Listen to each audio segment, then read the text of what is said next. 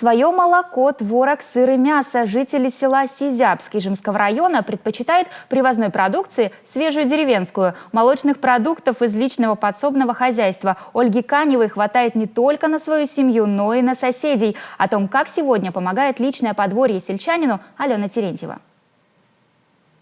На дойку уходит где-то час, даже меньше. Она как будто чувствует что-то, держит молоко.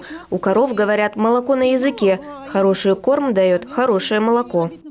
Обычное деревенское утро. И так каждый день зимой и летом, по выходным и праздникам. Сегодня молока меньше. От 2 коров по 12 литров молока утром и вечером. Летом в 2 раза больше. Часть молока Ольга Канева продает односельчанам. Из остального делает творог и сыр. Процесс это долгий и трудоемкий. На 1 килограмм сыра уходит примерно 8 литров молока и несколько часов. У меня свои клиенты. Звонят: «Борисовна, сыр-то будешь делать?» И заказывают с чесноком или без. Конечно, выгоднее продавать просто молоко. Вот с такой кастрюли молока получится немного творога. Сыра и того меньше. В стоимость продукции свой труд вообще не учитываешь. Еще Ольга Борисовна печет пироги и торты. Крем для кондитерских изделий делает тоже сама, из молока. Выпекание не выматывает меня. Наоборот, легко на душе становится. От леса устаю, а вот печь люблю. Клумбы под окном давно уже отцвели, а летом здесь благоухает, хвастается хозяйка. Делать что-то своими руками всегда интересно.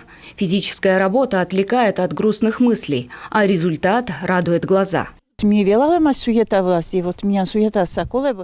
привыкли суетиться, и эта суета нужна. Корове не скажешь, что хозяйка спать хочет подольше. В 5 утра проснулась, и до 7 надо успеть коров подоить, по дому все сделать и на работу пойти.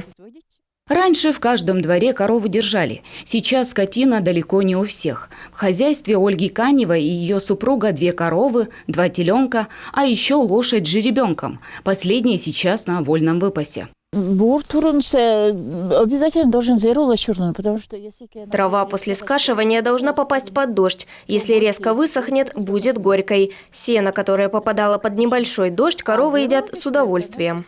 В этом году подворье Ольги Каневой заняло 2-е место на республиканском конкурсе в номинации «Лучшее личное подсобное хозяйство по производству молока». На подарок сертификат 25 тысяч рублей на семейном совете было решено обновить мебель.